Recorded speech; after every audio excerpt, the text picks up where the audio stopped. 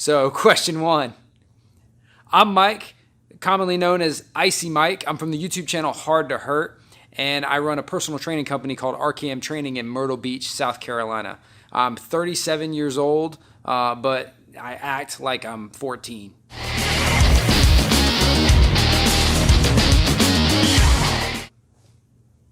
Question two. The origin of the name Icy Mike, a lot of things get said about it. People say that it has something to do with because I say like mean, cold stuff to people. Or some people have said it's that I stay calm in the ring. And other people have said it's because of the stare down, that I have a mean stare down.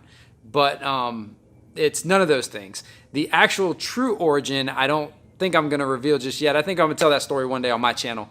But what I want to know is liquid Cadmus. What is liquid Cadmus? Is that the stuff, the liquidy stuff that's inside a Cadbury egg?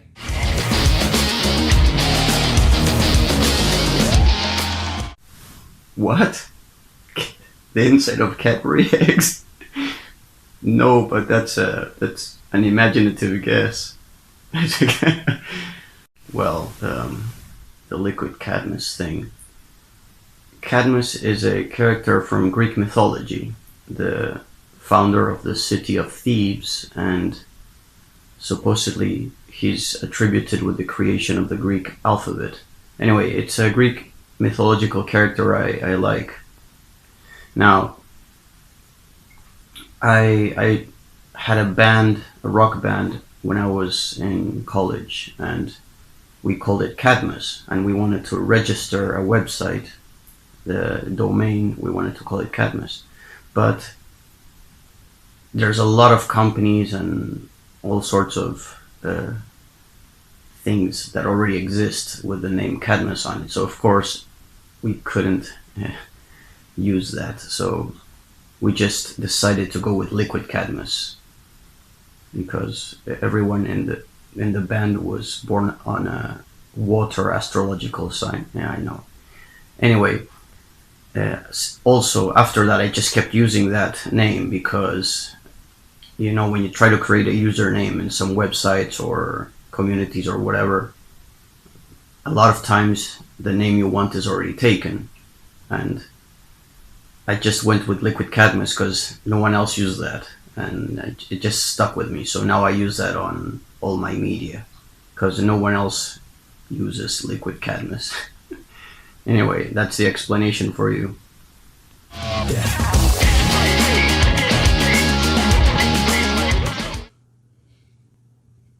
So, question three, martial arts background.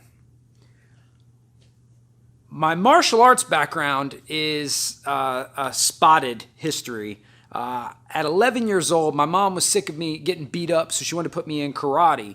Well, where I ended up was in a school that taught Kuk Sul Wan, which I know you're a Taekwondo guy. You probably know what Kuk Sul Wan is. It's basically a hodgepodge of Korean martial arts, and it's total and utter bullshit.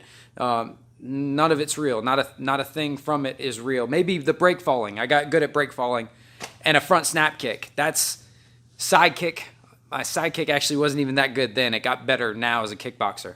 But that was my beginnings, and I ran the whole gamut of the McDojo lifestyle. Like, my mom brought me in. I started learning. I was very promising. I was very good.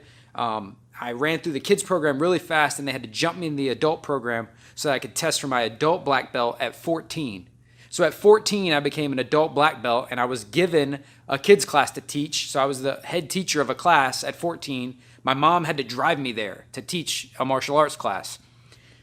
As I became an adult and I kind of started to try other things, I did some stick fighting, but not like Filipino stick fighting. It was more closer to HEMA, but still kind of okay, it was LARPing. We were basically LARPing, but we fought full contact. We fought to the yield or the submission. And there was also punches and kicks and grappling. And I did that a lot, and I got the necessary bumps, bruises, and experience without a lot of the technical training. That actually served me pretty well. I became a police officer, and we did defensive tactics and stuff. I became a police officer. We did defensive tactics and stuff, but that was a joke. So it was really the full contact stuff that I'd done before that kind of helped me out.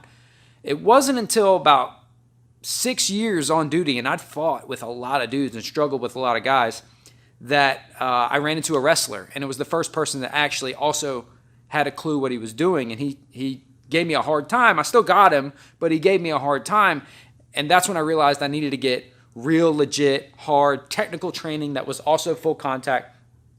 That week, I signed up at a school that had boxing, Muay Thai, Brazilian Jiu-Jitsu, and wrestling practice every night. I was training 4 and 5 nights a week, 2 and 3 hours at a time, and did that full time for a couple years.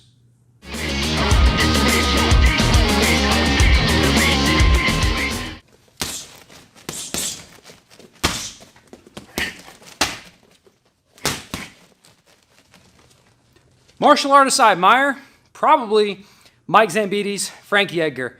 For obvious reasons, being a small guy, seeing shorter fighters, smaller guys hang in there with much bigger dudes is inspiring to me. But stylistically, I'm also a big fan of, Zambides, the wang, the hooks, the Superman to cover distance. I dig all that stuff. And as far as Frankie Edgar, him being so smart and crafty, that's kind of one of the things that inspires me from him. And if you ask a lot of fighters who their favorite fighter is, they say Frankie Edgar. Frankie Edgar's like a fighter's fighter.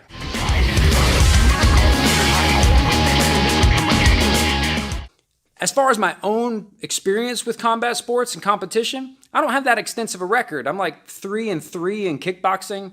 I've had 2 jiu-jitsu matches. I won one, I lost one. I'm 4-0 at Streetbeefs, so if you count that, and if anyone knows me, it's from that. I got a lot of exposure from the fight with Streetbeefs. Now, if you ask me the toughest dude I've ever faced, in an organized fight, it was definitely Corey Guns. If you go watch the Streetbeefs fight with Corey Guns, you will see this back and forth battle, this really cool story that develops over the course of the fight.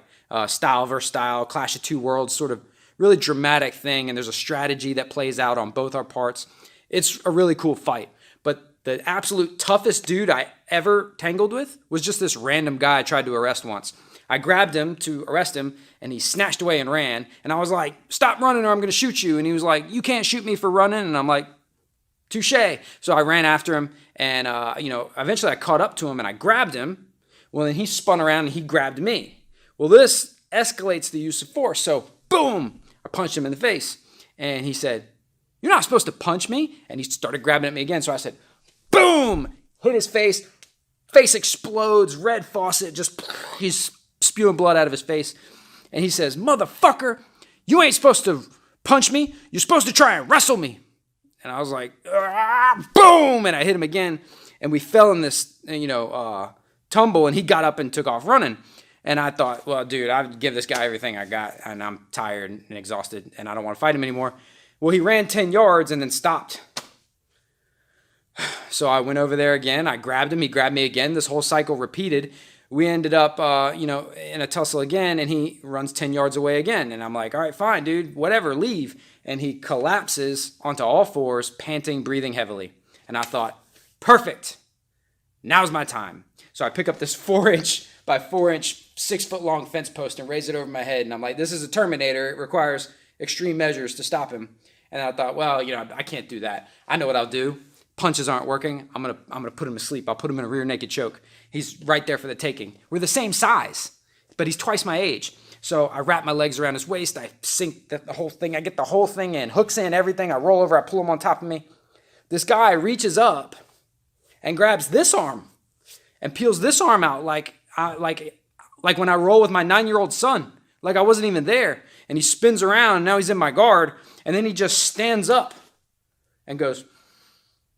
And I was like, all right, on my back, I'm in the dead bug position. And he's like, and he takes off running again. So I'm like, we're done. I cannot defeat him. He's made of something that I cannot defeat. And he runs 10 yards and then leans on a tree and stops. And I think, oh my God, what am I going to do? So I walk over there and I grab him and he grabs me. And we're essentially just leaning on each other, exhausted. And then my backup arrives. And this guy comes in like a house of fire, fresh leg, picks him up, gives him a rock bottom, and then puts him in handcuffs. And is like he's a superhero. But that's the toughest guy I ever faced. The bailiff from the courthouse texted me the next morning and is like, that guy that you had that big fight with Doesn't have any bumps, bruises, and not even a limp. And he's like, do you work out? Maybe you should. So that was the toughest guy I ever faced.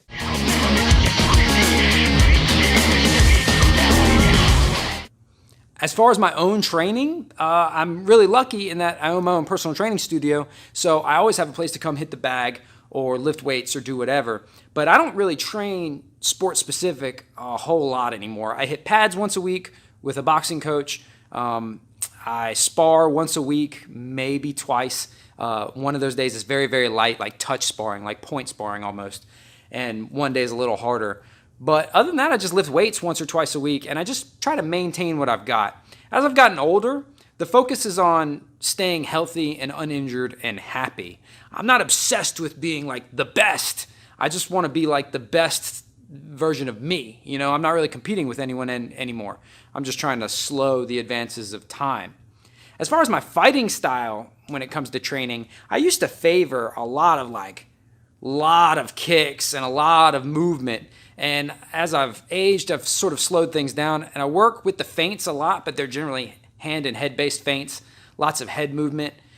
Being a self-defense instructor and mostly concerned with combat sports as they apply to actual combat, I'm a big fan of attached striking. I'm a big fan of, a collar tie and punching and that sort of thing. If you check out my channel, you'll see a really cool playlist that's all about the clinch, all about kneeing from the clinch, punching from the clinch, headbutts from the clinch, and that sort of thing. That's the style that I prefer because it leaves me safe and I'm not subjecting myself to being at the mercy of my opponent's athleticism.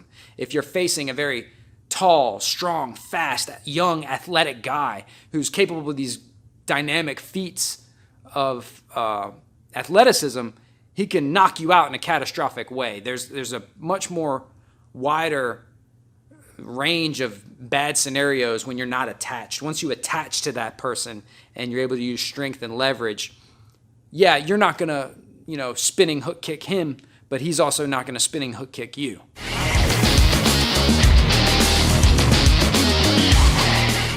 The three things that annoy me the most are, one, YouTube trolls. And I don't even know if I should say trolls because I like a good troll. I've indulged in a bit of trolling myself throughout my life. When it's done intentionally for the purpose of eliciting a reaction, I guess that can be funny. I guess it's more the people that really believe this stuff that they say in these comment sections. Humans are funny about fighting. They just automatically assume they know how to do it. And it's one of the few things like that. Like fighting and sex, all humans just assume that they're good at, despite having no formal training in it. Now, granted, you can get better with time and practice, but I wouldn't watch a YouTube video of a guy rewiring a circuit board or whatever and say, no, what he needs to do is yada, yada, yada, without ever having received any training in electrical engineering or ever even snipped a wire in my life. I would not watch a guy do it and be like, you know what I would have done? But fighting is different. Everyone watches and they think they know what it is, and it's just not that way. The second thing that annoys me, and this applies because mostly my job as a personal trainer, is fitness fads, gels and creams and these like fad diets and fad workouts. Because people will come to me and they'll say, hey, Mike, I want to lose weight or build muscle or get in shape or look better or perform better athletically, whatever it is they're coming to me for. They'll say, I want to. I say, okay, I got you. Here's what we're going to do. And they say, but what about, and I'm like, no, that's not real. That doesn't work, and it's never worked for a single human on the planet. And they're like, but I feel like, and I'm like, but what you feel like has nothing to do with anything. You came to me because you can't do it. This is how you do it, but you want to do it the way that someone tagged you in a post on Facebook about a gel you rub on your belly. It's not real. It's never been real, and it never will be real. The only way to get fit is diet and exercise. And they're like, but I feel like for me, I'm like, it doesn't matter for you. There's not different criteria. There's not a different way based on, but for me, no, you need to eat less and exercise more. And that's the way you get in shape. The third thing that annoys me, and this stuff like this is why people think I'm such an asshole, is holidays. I can't stand a holiday. And I'm not talking about the ones like in America, Christmas and Thanksgiving, and the ones that like the vast majority of the country celebrates. Like everybody's like into this thing. Okay, I get it. I like spending time with my family too. I'm talking about like all the little holidays that they make up all during during the year that have nothing to do with anything because they mess with my business. As I said, I'm a personal trainer, and people have these goals and they'll take any excuse not to show up. They'll be like, oh, I got a house full of people. Well, you got a house full of people who want you to lose weight because they want you to live longer. You got a house full of people that care about you and can miss you for an hour. So I guess maybe it's not holidays, it's excuses. I hate excuses. Like if you just want to be lazy, just be lazy. Just say, I don't feel like doing it. But people will take anything. They'll be like, oh, it's like Arbor Day or, whatever, just some made up holiday that doesn't take the whole day. It's not like, my religion requires me to do this or stuff. It's just days where like, oh, well, and then the day before the holiday gets ruined, the day after the holiday gets ruined. People just take any excuse not to work hard.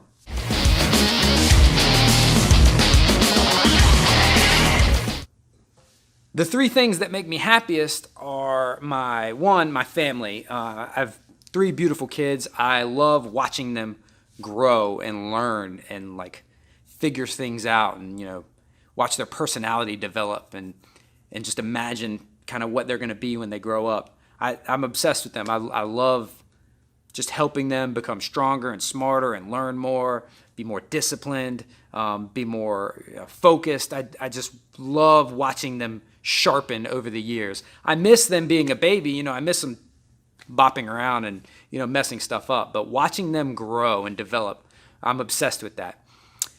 The second thing that I makes me happy is working. I love to work. Some people hate to work. I love to work. And whether that's working here in the studio or working on the YouTube channel or working on whatever project I'm currently working on, I'm obsessed with training people, creating videos, all that stuff. Work, work, work, work, work. It's family. And anytime that's not family or sleeping, it's like work. And I believe that that's a good way to lead your life. Some people are like, oh, you need to take time for yourself. And I do, which I'll get into. But if you're not working, you're not really like progressing. But the third thing that makes me happy is quiet time. I get home, I play with the kids, they go to bed. Those few hours where they're in bed and I'm not in bed yet, when the house is quiet, I love to relax. Sometimes I work then, but sometimes I don't. Sometimes I really like to just sit. Usually not watching movies and TV. I do like to watch some movies, but mostly just sitting. And you say, well, Mike, that contradicts what you said, that you're obsessed with working. But if you don't rest and recharge, it's just like lifting weights. If you don't rest and recharge, you can't do your best work the next day. So anytime that I'm resting, it's like focused, deliberate rest. But I love a quiet, relaxing night where there's no noise and no distractions. And that makes me happy.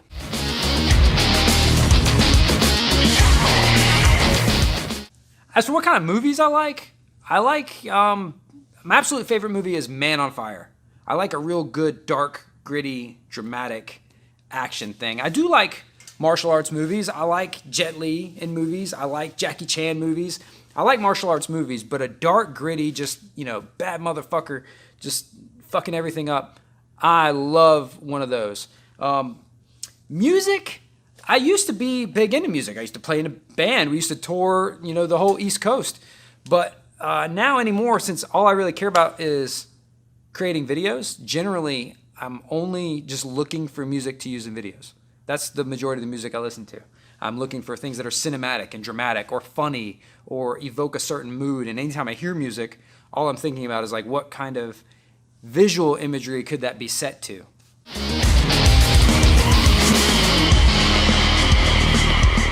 My long-term goal is to be doing YouTube full-time. And I know that's a lofty goal. That's like saying you want to be in the NBA. But my channel is growing extremely rapidly. It's doing great. I'm having lots of engagement. I have a few viewers, but they're very, very committed viewers, and things are going really well. For my physical business, I want to scale, just like with YouTube. I want to not just be training individuals and helping individuals. I want to teach other trainers how to do what I've done, how to grow their own business, and how to have an impact on more people. Because I really like helping a person and training that person to meet their goals and, kind of assisting them and pushing them and guiding them along the way. But at the end of the day, I just help that one person. If I can teach a new trainer how to expand his business, then not only am I helping him make a better living for him or his family or whatever, but also everyone that he helps. I helped make that happen. When I make a YouTube video, instead of me just showing like one guy a technique, I can make a video, and then that video can help hundreds or thousands or eventually millions of people for the life of that video. And that's what I want to do. I just want to take the impact that I'm having now and just expand it. I just want to reach more people, help more people, entertain more people, piss more people off. Just whatever I'm doing for you, I want to do it for more people. So that's the goal. Things are going really well with the YouTube channel. We're uploading 2 videos a week now, and one of them's long form. One of them's usually like a long form vlog, and the other will be like an exercise or a self-defense technique. And we're gonna see how this goes. I'm actually pretty optimistic. You know, everyone thinks, oh, I'm gonna be a YouTube star, but we're if you look at the guys who've become, you know, made a living at YouTube or made YouTube their full-time gig, we're on schedule. We're actually ahead of schedule. I have a relatively small channel, but it's also a relatively new channel.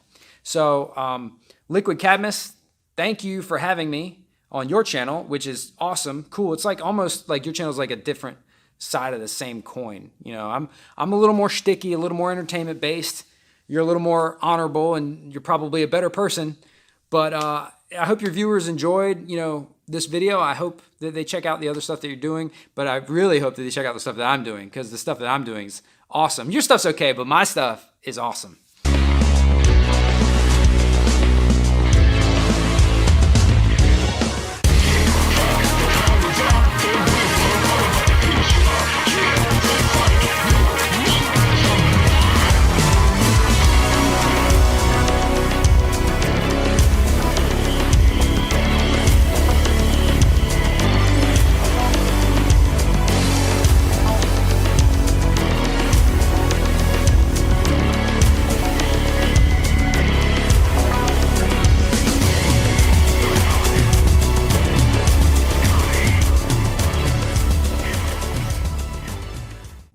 You know, I've been doing like 100 fucking takes of this stuff, thinking that I was gonna have to edit it, but I realized this, you have to make the video. I just can do it, and you can cut it together to make me look as dumb or as cool as you want to make me.